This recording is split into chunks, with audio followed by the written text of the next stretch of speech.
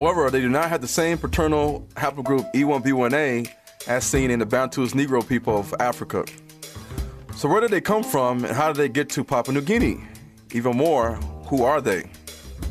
Now, the Gogodala people in Papua New Guinea say their ancestors came by canoe from the Holy Land of Yabi Saba, which is similar to the word Jabus and Yabus, seen in 1 Chronicles 11, verses 4-5.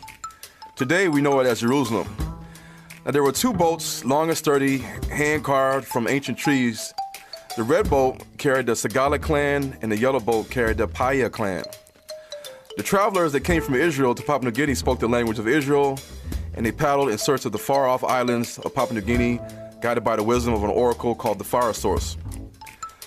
Now, the Gogodala people observed the Sabbath, and women were separated from the rest of the family during menses, and men were circumcised, and they adhered to a strict dietary law, and their language could be traced to Hebrew. When the Christian missionaries came, they destroyed the ancient Jewish practices and traditions. In East Africa, in Kenya, cannot talk about the Israelites without mentioning the Kikuyu people. The Kikuyu people are brothers to the Luya, Maru, Embu, Kisi, and Kamba peoples. According to their history, Mount Kenya, known as Kirinyaga, was a seat of God or Nagai. Nagai created Kikuyu, the first man, and also his wife Mumbi. It is said that the Kikuyu people come from the land where the fig tree grows wild and free, and this is not Africa, but Israel. Now, the fig tree, which the Kikuyu call Mugumo, grows wild in the Middle East, especially in Israel. And the Bible says when things were well in Israel, every man was able to sit under his own fig tree. Christ also gives many parables about the fig tree. And to the Kikuyu, Mount Kenya, or Mount Kirinyaga, was called by the Egyptians Ta Natore, which like Ta Naturu means land of the gods. The 12 Kikuyu seers of the Wanjiru clan commit their service to God, operating in total secrecy and segregation from the community. Now, it is said that the Haburu, Kaburu, or Hebrew clan of the Kikuyu people guards the sacred scrolls passed down from Moses with the stone tablets of the Ten Commandments. Previously, the sacred scrolls and the Ark of the Covenant was believed to be in Axum, Ethiopia, until the Knights Templar, whom they called the People of the Cross and Red Costume, came looking for it, of course, to steal it. Now, it is said that the Ethiopian Hebrew seers in Axum then had the sacred Ark and scrolls taken south to Mount Kenya. Today, the Bantu tribes who settled around Mount Kenya still practice ancient Hebraic Mosaic laws and customs, such as a patrilineal society, polygamy, circumcision as a rite of passage, a jubilee year after 50 years, a bridal dowry gift, belief in one creator God, a diet which excludes pork, duck, donkey, horse, and mountains are seen as sacred places where God dwells. Is this a coincidence? Are they not Israelites? You be the judge.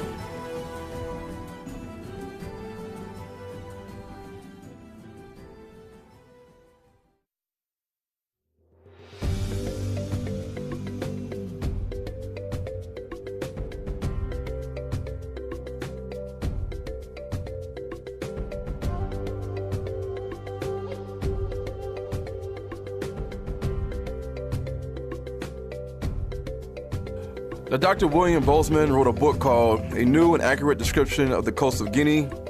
Originally, his collection of letters, originally written in Dutch and first published in English in 1705, describes the geography and natural history of the coast of Guinea, West Africa. Now, Bozeman was born in 1672 and went to Africa at the age of 16 in the service of the Dutch West India Company and spent 14 years on the Gold Coast. The collection of letters written to his uncle in the Netherlands is an important source of information from the 1600s to the late 1700s AD. In his book, it talks about his travels to Guinea, West Africa, which says, the Negroes still retain several laws and customs which favor Judaism, as their marrying of their brother's wife and several more. They seem the same in effect, as well as the names of which here in Guinea are several which occur in the Old Testament. Now, Guinea was described on ancient maps as being the current geographical location of West Africa.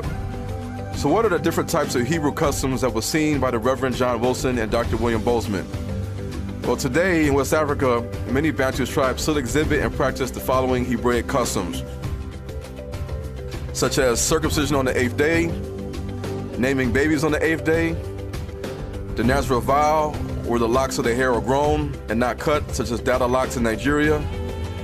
The seventh day is a day of rest for people or livestock. And separation of women after childbirth or menses for 7 days, as in Leviticus 15. The ceremonial washing of hands. The levirate marriage, or the marrying of the brother's wife after death, takes place. The wearing of fringes on the borders of garments. The wearing of the breastplate of judgment with 12 stones representing the 12 tribes of Israel. Hebrew names ending in Yah. Blowing of the shofar horn in times of feasts, celebrations of war. Dietary laws against eating unclean animals. Animal sacrifices for sin. Slaughter practices of meat. The division of African tribes into 12. Blood sprinkling upon altars and doorposts. New moon celebrations, Passover feasts, holidays with blood painted on the door, such as the Homoa festival and the New Yam festival. Setting aside to God the firstborn males of livestock and herds. Intertribal marriages.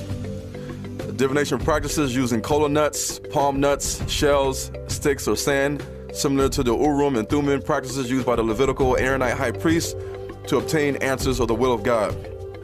We still see in the Bantu people in Africa the same ancient Israelite disobedience to the Torah in regards to idol worship, necromancy, aka ancestral worship, fortune-telling, interpretation of omens, mediums, charmers, witches, sorcerers, and astrology. And they have superstitions and laws and taboos in regards to hypopigmentation disorders. And they practice the casting of lots and the pouring of libations. Now, Mungo Park, in his book, Travels in the Interior Districts of Africa, written in 1810, observes illegal whippings among the Tisi people in Kasum, which is current Burkina Faso. He says the number of stripes were precisely the same as required by Mosaic law, 40, say 1, based on Deuteronomy 25, verse 3. He notes further that these people were neither Roman Catholic Christians or Muslims at the time. Mungo Park also notes reference to the Sabbath in that on the first appearance of the new moon, the Bantus natives say a short prayer to the Creator or Supreme Being. And this prayer is pronounced in a whisper, the party holding up his hands before his face, and the ceremony seems to be nearly the same which prevailed among the Hebrews in the days of Job. Now, this is also in the Old Testament as well, in Isaiah chapter 66, verse 23, where it says, "And it shall come to pass that from one new moon to another, and from one Sabbath to another, shall all flesh come to worship me, saith Yahuwah."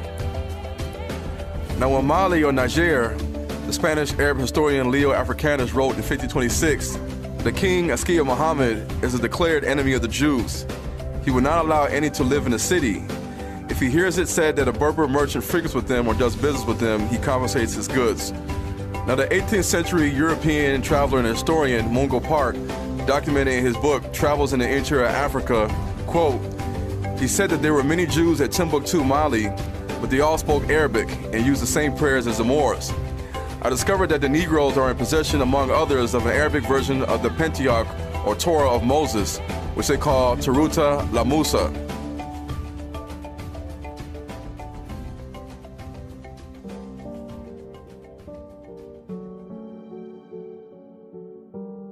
Now, many historians agree that the Bantus expansion happened in modern-day Congo and Cameroon, the only two countries with the highest percentage of Bantus people today.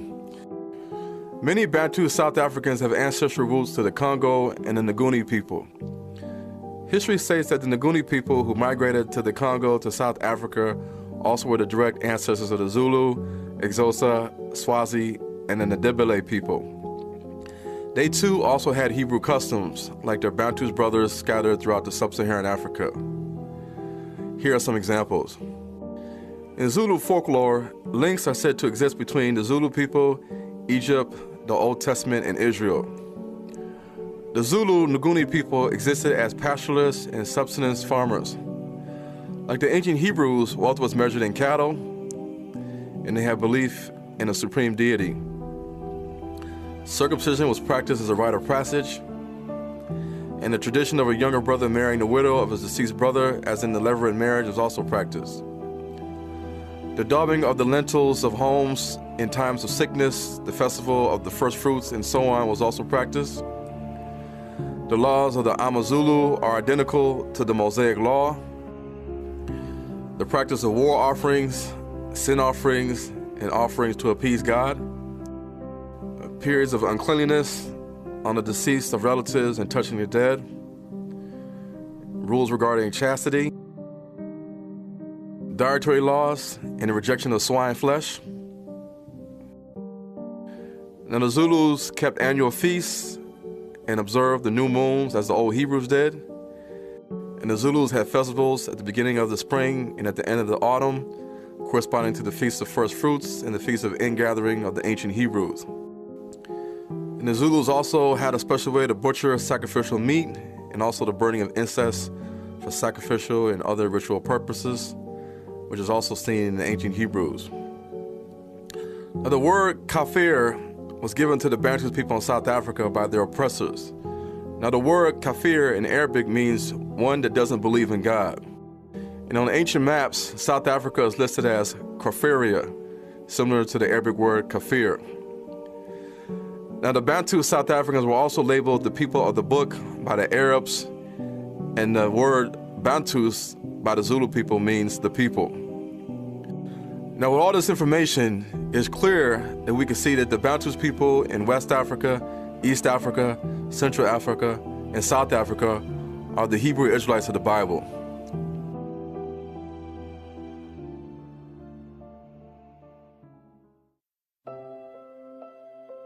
In Isaiah 46:10, the Bible lets us know that Yah declares the end from the beginning, and from ancient times, things that are not yet done.